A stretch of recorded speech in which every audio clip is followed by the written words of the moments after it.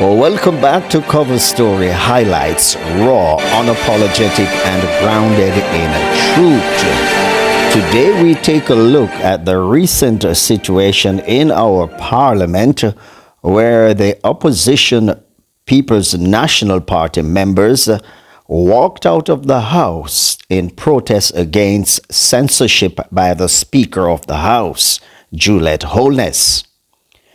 The recent protest by opposition members of Parliament against Speaker Juliet Holness was not only justified, it was necessary. The Parliament of Jamaica is the people's house, and when the voices of those elected to represent the people are being muted, it becomes a matter of national concern.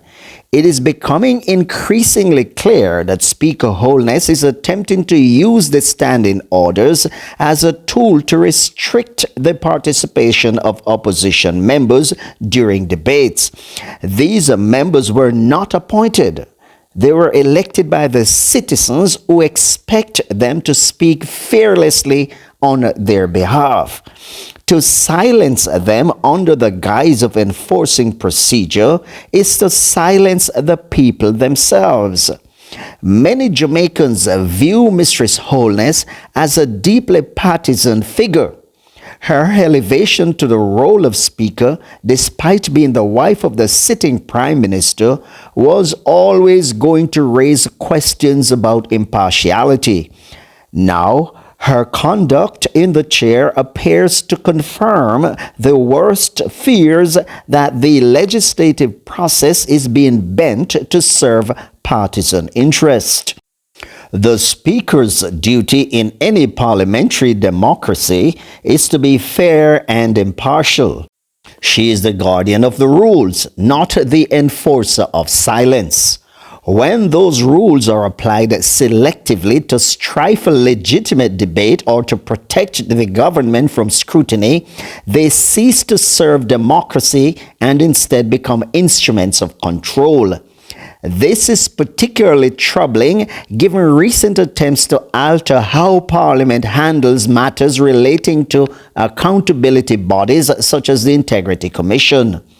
The Speaker's reported efforts to limit debate on these issues suggest a worrying trend towards centralizing power and shielding government members from public examination, especially when several have been flagged for illicit enrichment.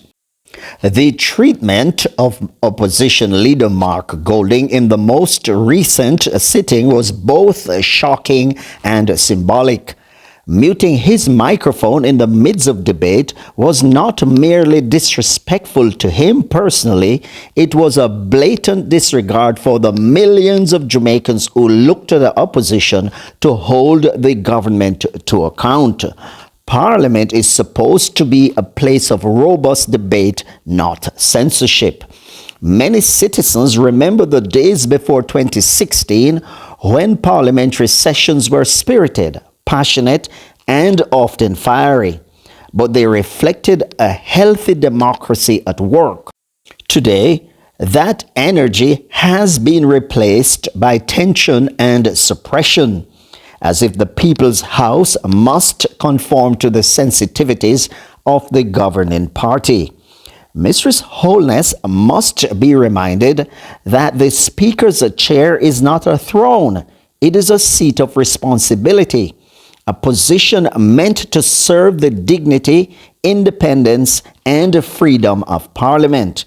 The autocratic tendencies creeping into the conduct of the House are unacceptable and must be resisted by all who cherish democracy.